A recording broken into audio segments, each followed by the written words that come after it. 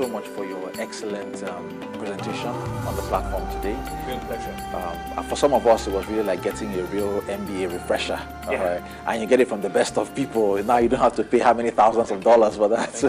Thank you so much. Welcome. Just to try to get our viewers to really get a closer view of the thing you're talking about. If I ask you, that locomotive story, where did it come from? I mean, it just comes from my experience, because I've worked with dozens of companies as a consultant. I've done research on hundreds of companies, and of course I teach. I have served on board of directors of companies, and just to look at an example. So if I look at my experience at having served on the board of directors, obviously I was a non-executive director in each of those cases. But the board of directors, even though they have the power, but their power is really in terms of selecting the pilot of the airplane or the engineer of the locomotive. The board of directors doesn't run the company, but who runs the company, who creates value, ultimately it's the one who is running the company.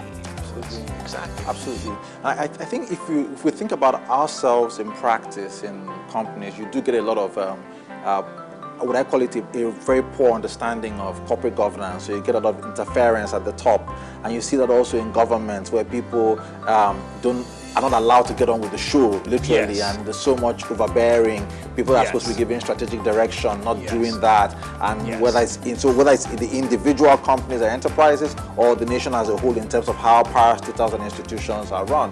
What advice then do you have for people to help them to let go, let the thing happen? Yeah, I mean, I think if I look at emerging markets, so two of the fastest growing emerging markets over the last 30, 40 years are China and India.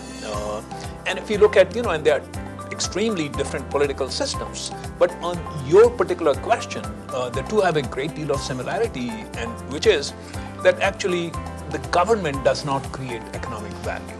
Obviously, I mean, when it comes to infrastructure, everywhere in the world, including the highway system in the United States that was built, really funded by the United States government. So when it comes to infrastructure, yes, that is the role of the government. But ultimately, what does infrastructure do? Infrastructure enables economic activity to take place. And so if you look at China, it was a basket case until 1978. And the opening up was really actually, it's not the state-owned enterprises. It was the private sector that got opened up more and more and more and more and more. And you look at, in fact, which are some of the most vibrant companies in China. It's Alibaba and Tencent, and there are private sector companies that are creating economic value. It's not the state-owned enterprises.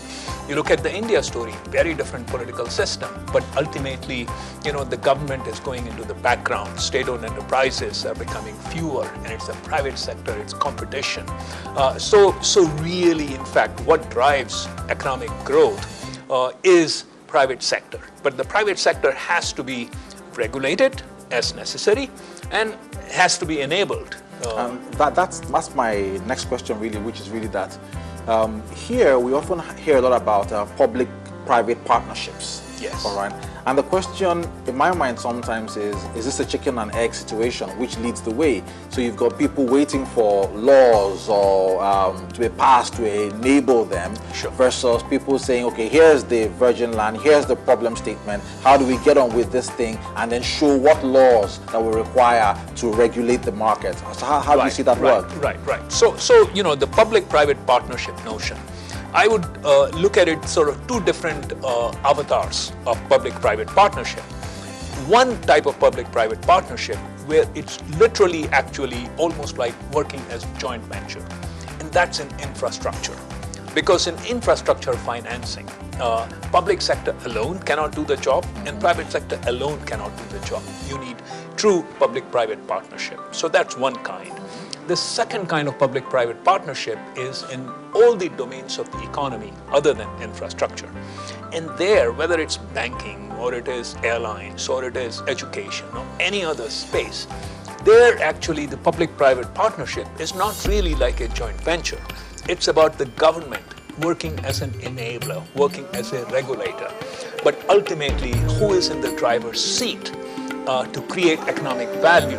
That has to be the private sector.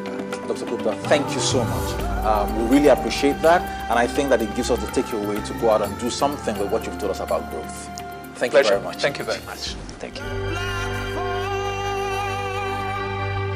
The platform is powered by Covenant Christian Center.